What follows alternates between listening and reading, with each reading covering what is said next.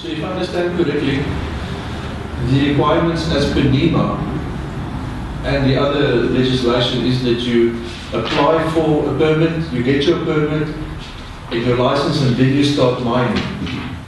And if you don't do that, that exposes the company to environmental crime, which is criminally prosecuted. And if a company ignores this, then they risk the penalties as per 24F. Yeah, correct.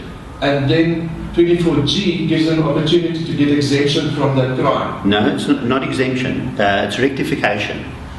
What it does is 24G, and that's why the application, and that's a voluntary application for rectification. Now, if you haven't applied for voluntary rectification and the department comes and you are committing any of these offences, then they would immediately give you a directive, tell you there's a whole lot of criminal and a whole lot of other issues that come with that. But if you apply for rectification, what happens, and in the Act it says, once you've done the application for rectification, you may continue until a record of a decision is taken.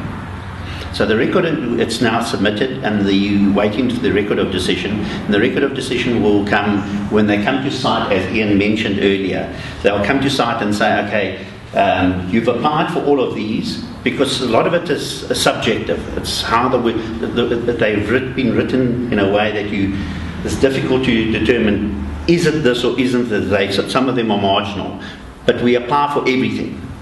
So at least if they do come to site, it's not, oh, but you haven't applied for this.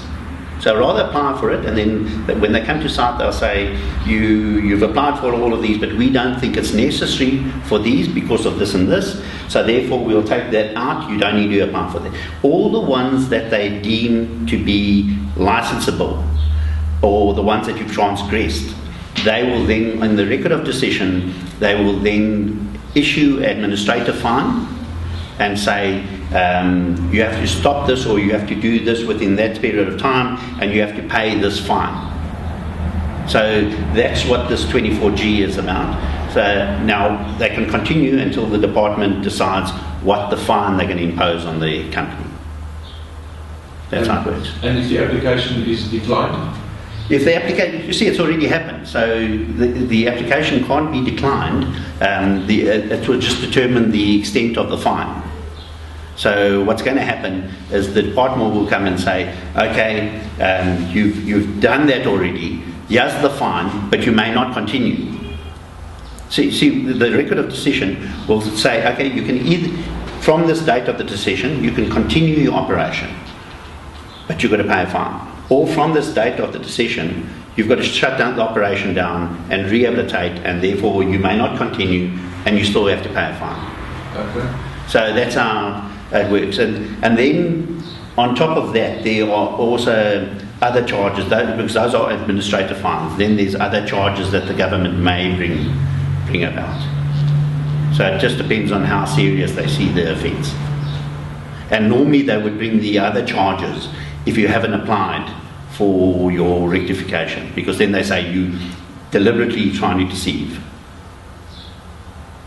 Well, that is the perception that that the public gets often, is every company starts mining, they get caught up, oops, we do a 24G, and then we pay a small fine, we work it into our cost benefit, and we continue mining, it's profitable. The problem is, once you get caught out, then it's no more rectification.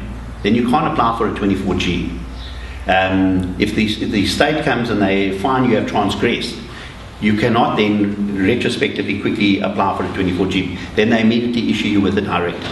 No, I agree with that directive and often a stop order, but before the Department of Water Affairs, for instance, comes with a stop order, there's a public outcry, and if the mine is fast, before the prosecuting authority responds, they see it's coming, quickly 24G, and now we covered.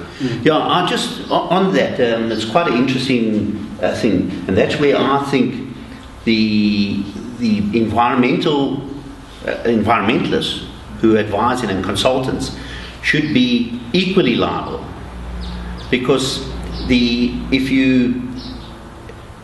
people who have given advice to mines, And they're saying you don't need to follow NEMA, or you don't need to do this. And there are operations out there where the operation, the mine is actually doing something, and the operation didn't know it because they're not environmentalists, they're not lawyers. They didn't know that by having the mining license, you still needed the environmental license. And the water use license. Yeah, I agree. But there are still companies that say you don't need that. And I think that the environmentalist should be then hammered 10 times harder because he's giving fraudulent advice. In this whole process from mining started? October 2012. 2012, yeah. Exactly. There was already a problem.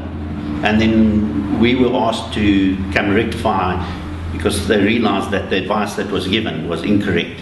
And we were asked to come advise and rectify the problems now. And that's how we were brought on board.